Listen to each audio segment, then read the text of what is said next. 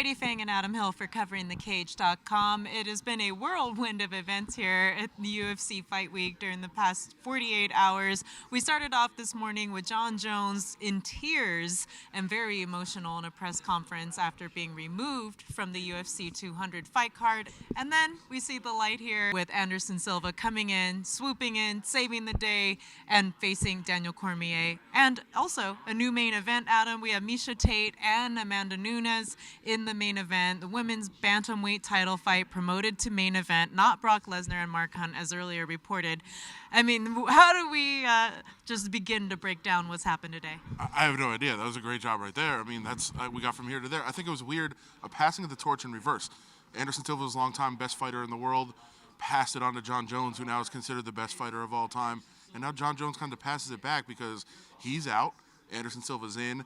Day starts with Jon Jones crying, breaking down. We saw all the tears, and he had to leave for a while. And I think it was real emotion. But in the end, Jon Jones is responsible for, the card kind of falling apart. And Anderson Silva steps in and saves it. There was speculation all throughout the day. What were they going to do? Dan Henderson was a possibility. That kind of fell through. Gegard Mousasi was already on the card. They didn't really want to break up that fight. So it came down to Anderson Silva kind of stepping in and saving the day. He wasn't even really training from what we understand. We know he was sick. He pulled out a fight in May. So he steps in.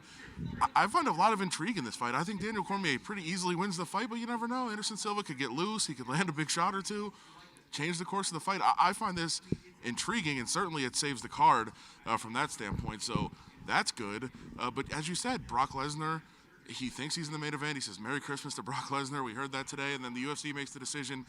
Listen, Miesha Tate is a champion. She deserves a title fight.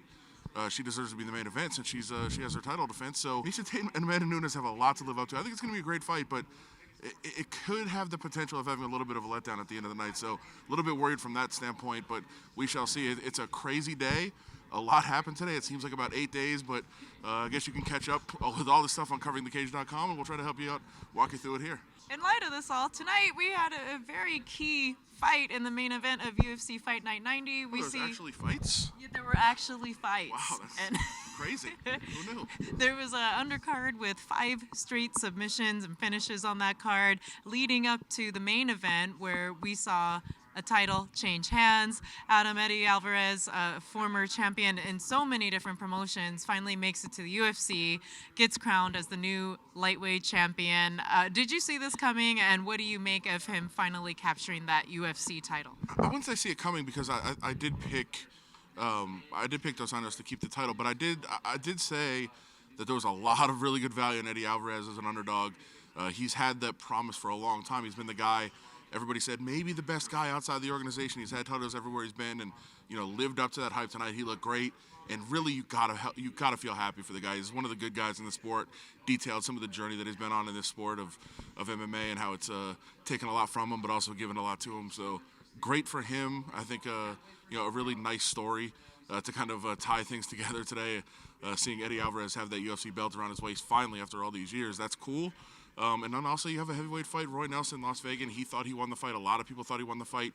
Didn't really do much damage at all, but controlled with takedowns. And usually that gets the favor of the judges. Not today. Derek Lewis landed enough huge shots that he did get the decision. So pretty controversial, but an entertaining fight in a way that we didn't think it would be. We thought it would be just a slugfest, and then it turns out to be a strategic battle where you're kind of trying to figure things out. So cool fight there as well.